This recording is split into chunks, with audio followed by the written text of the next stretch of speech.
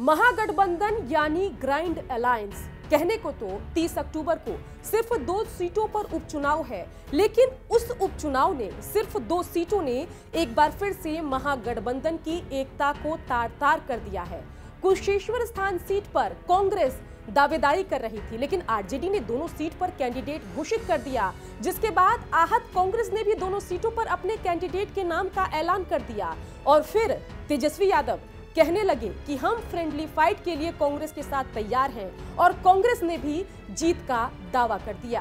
ये तो है, रैंक एंड फाइल में है, सभी कांग्रेसी को इस बात का दुख है और हमारे आला कमान भी इससे चिंतित है।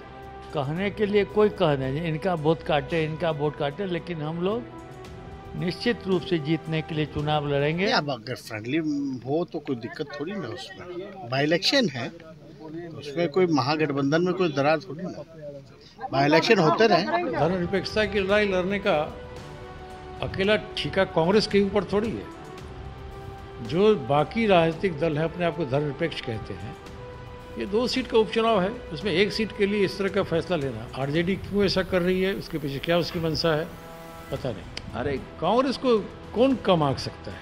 इस देश में है किसी की हैसियत? कांग्रेस को कम आंकेगा? कांग्रेस लड़ेगी और हम जीतेंगे दोनों सीटों। लेकिन बिहार की सियासत में खुद को एनडीए का विकल्प बताने वाले महागठबंधन की एकता हर चुनाव में अग्नि परीक्षा से होकर गुजरती है और चुनाव में जब भी सीट शेयरिंग की बात आती है, हमेशा महागठबंधन का स्वरूप बदल जाता है, सीटों पर बात नहीं बनती और महागठबंधन तार-तार हो जाता है। चाहे 2021 में होने वाले 2 सीटों पर विधानसभा का उपचुनाव हो या फिर 2019 में 3 सीटों पर होने वाला उपचुनाव हो या फिर 243 सीटों पर होने वाला विधानसभा चुनाव हो या फिर 40 सीटों का लोकसभा चुनाव भी क्यों ना हो। चलिए जानते हैं महागठबंधन के उत्पत्ति से लेकर बार-बार उसके बदलते स्वरूप की पूरी कहानी। महागठबंधन की कल्पना पहली बार 2014 के लोकसभा चुनाव के बाद की जाती है, जब बीजेपी 2014 के लोकसभा चुनाव के लिए नरेंद्र मोदी को अपना पीएम कैंडिडेट घोषित करते हैं। उसके बाद नाराज नीतीश कुमार एनडीए से अलग हो जाते हैं, लोकसभा चुनाव में मुंह की खाते हैं और सिर्फ 2 सीटों पर सिमट जाते हैं। तब नीतीश कुमार को लगता है कि अगर मोदी से मुकाबला करना है तो बिहार में लालू से हाथ मिलाना ही होगा और फिर 2015 में महागठबंधन या ग्रैंड अलायंस की कल्पना की जाती है। 3 पार्टी साथ होते हैं, आरजेडी, जेडीयू और कांग्रेस, और तीनों मिलकर बिहार में विधानसभा का चुनाव लड़ते हैं, बेहतरीन प्रदर्शन करते हैं और नरेंद्र मोदी के साथ साथ एनडीए के विजय रथ को रोकने में भी कामयाब होते हैं।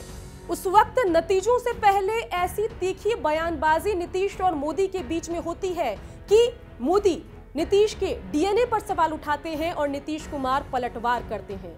एक चाय वाले की बेटे की थाली खींच ले, गरीब के बेटे की थाली खींच ले, लेकिन एक महादलित की तो सारी की सारी पूंजी, सारा पुण्य खींच करके ले लिया।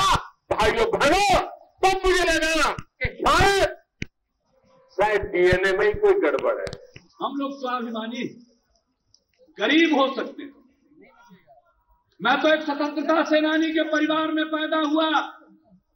हमारे डीएनए को वो चुनौती देते हैं जिनके पूर्वजों का देश की आजादी की लड़ाई में कोई योगदान नहीं था, वो हमारे डीएनए। लेकिन 2015 में साथ आए बड़े भाई और छोटे भाई 1.5 साल भी साथ नहीं रह पाते और अगस्त 2017 में एक बार फिर से टाटा बाय बाय कह देते हैं नीतीश कुमार लालू प्रसाद यादव को और फिर से महागठबंधन तार-तार होती है। लालू के साथ मिलकर चुनाव लड़ने वाले नीतीश कुमार जब लालू प्रसाद यादव से अलग होकर बीजेपी के साथ सरकार बनाते हैं, तब 2017 में कई मीम वायरल होती है और जो नोट सोनम की बेवफाई की दास्तां कहती थी, वो नोट अब ये कहने लगती है नीतीशवा बेवफा है। अगस्त 2017 में नीतीश कुमार महागठबंधन को छोड़कर एनडीए में आते हैं और तब नीतीश से खार खाने वाले जीतन राम मांझी और उपेंद्र कुशवाहा एनडीए को छोड़कर 2018 में महागठबंधन के साथ हाथ मिला लेते हैं। तेजस्वी जीतन राम मांझी को अभिभावक बताकर ले जाते हैं महागठबंधन में और तब महागठबंधन का 2018 में स्वरूप कुछ ऐसा बनता है। आरजेडी, कांग्रेस, हम और आरएलएसपी सर पे होता है 2019 का लोकसभा चुनाव और सीट शेयरिंग से ठीक पहले CPI-ML भी आ जाती है महागठबंधन के पाले में और सीटों का बंटवारा कुछ यूं होता है और जीतने वाली सीटों की संख्या भी देख लीजिए।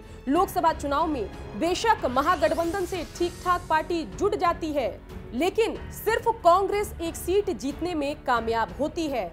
2019 के लोकसभा चुनाव में अगर हम महागठबंधन के स्वरूप की बात करें तो महागठबंधन में होते हैं RJD, कांग्रेस, RLSP, हम, VIP और CPI-ML। लेकिन इन सब के बीच लाख कोशिश के बाद भी CPI महागठबंधन का पार्ट नहीं बनती। कन्हैया कुमार का व्यक्तित्व आड़े आ जाता है और CPI कन्हैया कुमार को बेगूसराय से उम्मीदवार बनाती है। वहां से RJD भी तनवीर हसन को अपना उम्मीदवार बना देती है और नतीजा ये निकलता है कि रिकॉर्ड मतों से गिरिराज सिंह बेगूसराय लोकसभा सीट पर जीत दर्ज करते हैं और तब भी महागठबंधन की एकता पर सवाल उठता है। और इन सब के बीच अक्टूबर 2019 में 3 सीटों पर विधानसभा की उपचुनाव होता है और इस वक्त भी एक बार फिर से महागठबंधन की एकता पर सवाल उठता है। सवाल सिमरी बख्तियारपुर सीट पर उठता है क्योंकि इस सीट पर RJD के भी कैंडिडेट अपनी किस्मत आजमाते हैं, वहीं VIP की तरफ से भी कैंडिडेट चुनावी मैदान में होता है। ये VIP अब तक महागठबंधन का हिस्सा मानी जाती है, लेकिन जब फिर से उपचुनाव में सिमरी बख्तियारपुर सीट पर किस्मत आजमाने की बात होती है तो महागठबंधन के उम्मीदवार आमने सामने होते हैं। RJD को जीत तो मिलती है, लेकिन महागठबंधन की एकता पर फिर सवाल उठता है। अब बात करते हैं 2020 के विधानसभा चुनाव की और एक बार फिर से 2020 के विधानसभा चुनाव से ठीक पहले महागठबंधन का स्वरूप बदल जाता है और गठबंधन का समीकरण NDA से लेकर महागठबंधन तक उथल-पुथल हो जाता है। हम महागठबंधन से निकलकर नीतीश कुमार के दरवाजे से NDA में एंट्री कर लेती है। 7 सीट JDU देती है हम के उम्मीदवारों को। वहीं अगर हम RLSP की बात करें तो सीट शेयरिंग पर बात नहीं बनने की वजह से RLSP AIMIM और BSP जैसी पार्टियों के साथ अलग गठबंधन बनाकर चुनाव लड़ती है और महागठबंधन से किनारा कर लेती है और चुनावी मैदान में महागठबंधन के उम्मीदवारों के खिलाफ भी जमकर चुनाव प्रचार करती है। महागठबंधन की एकता पर सबसे बड़ा सवाल तो तब उठता है जब महागठबंधन प्रेस कॉन्फ्रेंस करके सीट शेयरिंग के फॉर्मूले का ऐलान करती है और वहां पर मुकेश सहनी VIP के जो अध्यक्ष हैं वो कह देते हैं कि ये जो पूरा मामला है उसमें मेरे पीठ पर खंजर भोंका गया। हमारे साथ जो हो रहा है कहीं ना कहीं पीठ में खंजर भोंकने का काम किया जा रहा है। जिसके बाद जो है VIP महागठबंधन से छिटक कर BJP के दरवाजे से NDA में विधानसभा के चुनाव में शामिल हो जाती है और BJP अपने खाते से 11 सीट VIP को देती है। और विधानसभा के चुनाव से ठीक पहले एक बार फिर से जरा महागठबंधन का स्वरूप देखिए और साथ ही नतीजे भी देखिए। RJD 144 सीट पर चुनाव लड़ती है, 75 सीट जीतती है, 52% उसका स्ट्राइक रेट रहता है। वहीं कांग्रेस 70 सीटों पर चुनाव लड़ती है, 19 सीटों पर जीत दर्ज करती है और उसका स्ट्राइक रेट बेहद खराब रहता है। वहीं लेफ्ट पार्टी 29 सीटों पर चुनाव लड़ती है, 16 सीटों पर जीत दर्ज करती है।